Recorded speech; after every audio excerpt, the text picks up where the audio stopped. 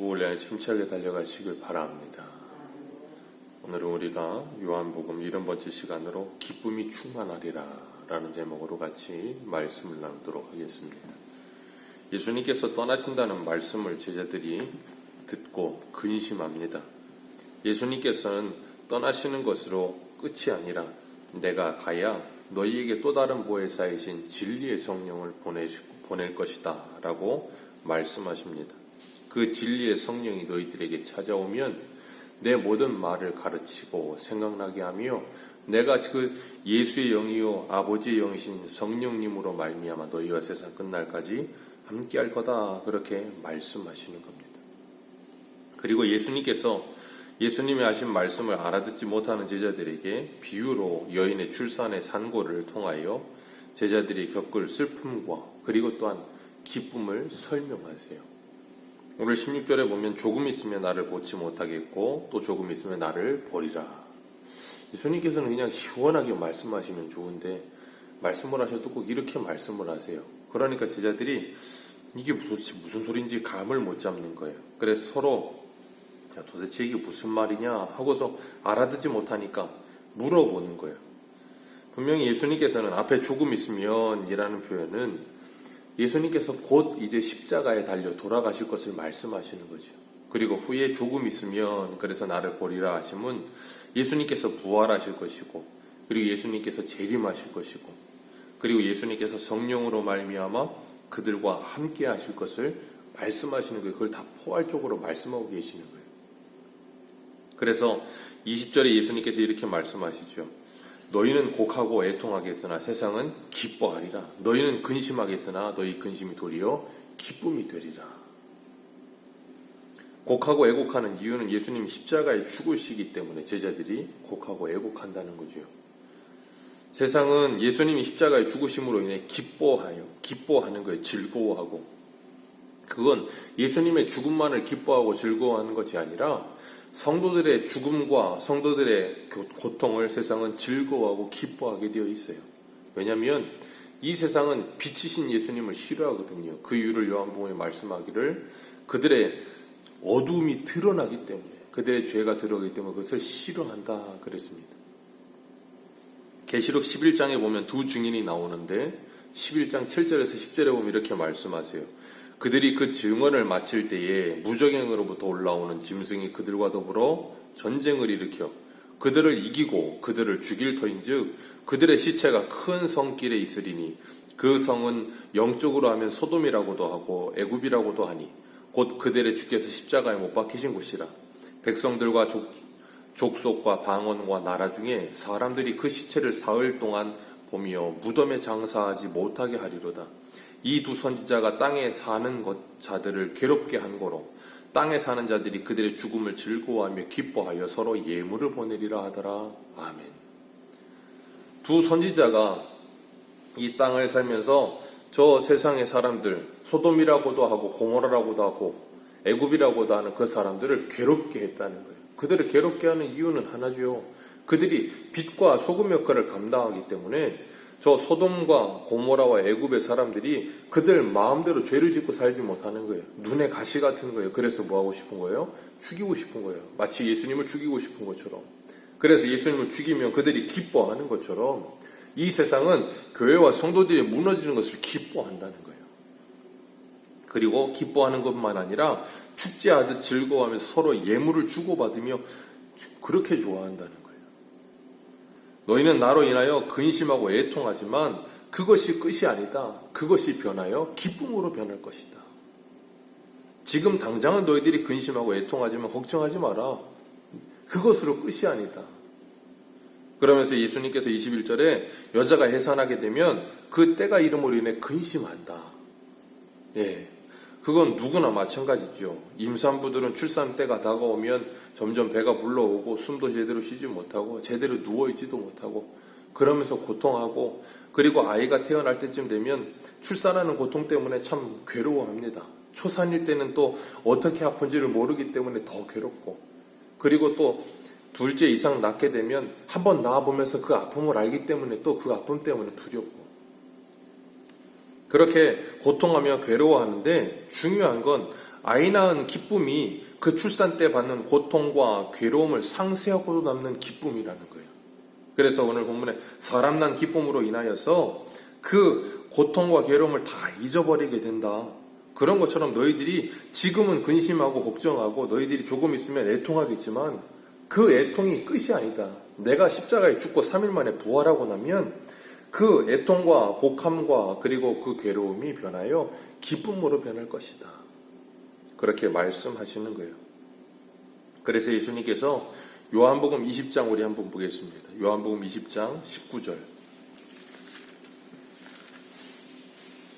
요한복음 20장 19절에서 20절입니다. 예수님이 십자가에 죽으시고 사흘 만에 부활하셔서 제자들에게 나타나셨어요. 이 19절, 20절 두 절 같이 읽겠습니다. 시작.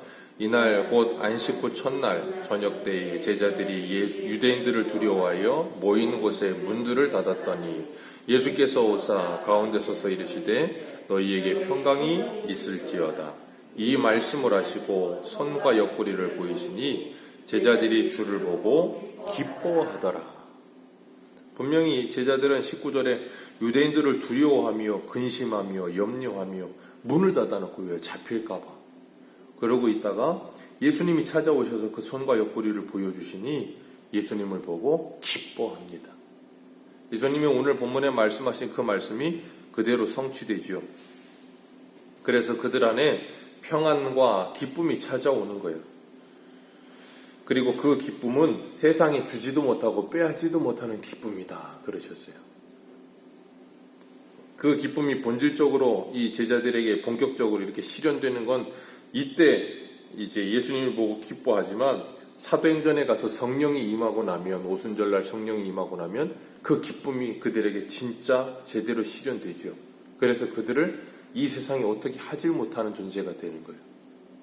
그리고 나면 제자들에게 19절과 같은 모습은 사라져버려요.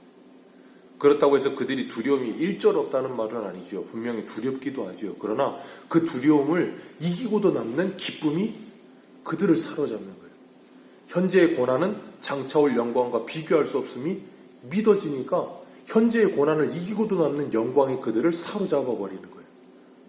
모세도 히브리서 11장의 말씀과 같이 바로의 공주의 아들이라는 칭함을 받는 것보다 하나님의 아들들과 고통을 받는 것을 더 귀하게 여기며 하나님이 부르심에 상급을 주실 것을 알기 때문에 뭐예요? 그것이 더 큼을 알기 때문에 거기서 잠시 잠깐 죄악 가운데 누리는 것보다 그것이 더 귀하고 복되다는 걸 알고 거기에 사로잡혀 가는 거예요.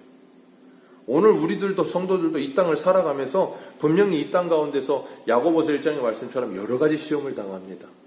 여러 가지 시험을 당할 때 즐겁지만 않아요. 환난을 당할 때 어떻게 즐겁겠어요. 그런데 환난은 인내를, 인내는 연단을, 연단은 소망을 이루는 줄 알기 때문에 환난 중에도 즐거워할 수 있는 것이고 여러 가지 시험 중에 온전히 기뻐할 수 있는 거예요. 그 이유는 하나님의 언약의 말씀이 우리를 붙드시기 때문에 하나님이 우리에게 주실 것이 더 크다는 것을 믿기 때문에 가능한 일이에요.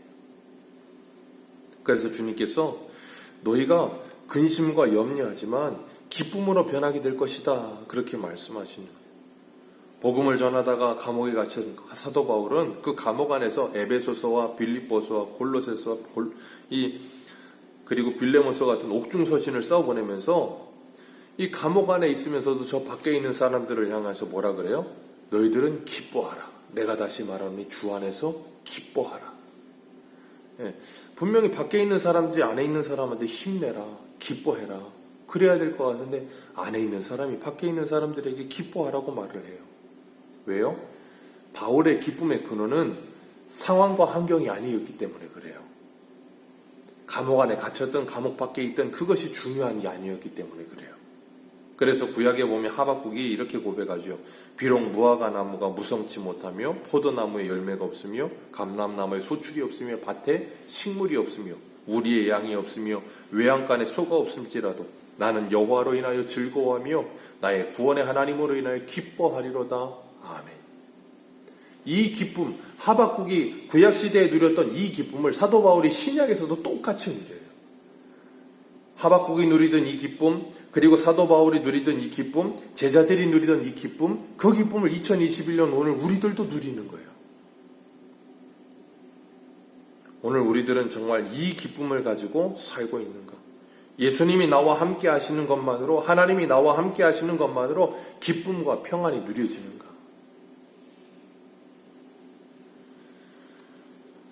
그런데 많은 사람들은 예수님이 나와 함께 하시는 것에는 관심이 없고, 예수님이 나와 함께 동행하고 계시는 것에는 크게 기쁨이 없고, 이 땅에 그 무엇이 돈이 있으면 기쁘고, 성공이 있으면 기쁘고, 건강이 있으면 기쁘고, 그런 것에만 기쁨에 초점을 두기 때문에 그런 게 있으면 기쁘고 그런 게 없으면 슬프고, 교회와 성도들은 하나님이 나와 함께 하시는 게 느껴지고 누려질 때 기쁘고 그러지 않을 때 슬퍼야 하는데, 우리의 기쁨의 근원은 어디인가 하는 거예요.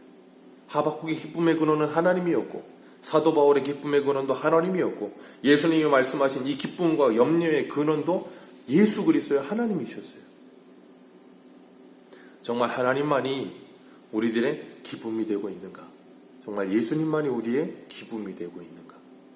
아니면 다른 어떤 기쁨을 우리는 찾아다니고 있는가? 무엇 때문에 우리는 기쁘고 슬픈가? 무엇 때문에 우리는 이 세상이 살만하고 아니면 살만나지 않는 세상인가? 한번 생각해 보시길 바랍니다. 제가 주일날도 말씀을 드렸지만 이 코로나 시대에 경제적으로 어렵기 때문에 모든 사람들이 다 어렵다 힘들다 합니다. 네, 그러나 교회와 성도만은 세상과 똑같이 말하지 말아야 된다 그랬어요. 우리에게는 천국 소망이 있다 그랬어요. 분명히 경제적으로 어려움이 있다는 거 우리에게 없다는 거 아닙니다. 우리는 더 어려울 수도 있어요. 힘들 수도 있어요. 그러나 그것이 우리의 기쁨을 빼앗아 갈 수 없어요. 왜냐하면 우리의 기쁨의 근원은 그것 때문에 우리가 기쁘고 슬픈 게 아니라 하나님 때문에, 예수님 때문에 기쁘고 슬프기 때문이에요. 오늘도 우리가 그 주님이 나와 함께 하시는 것이 누려지고 그 은혜와 그 성령의 충만함이 내게 누려지게 해달라고 기도하시고, 그것을 오늘 누리며 기쁨 속에 주님과 동행하는 복된 하루 되시기를 주님의 이름으로 축복합니다. 기도하겠습니다.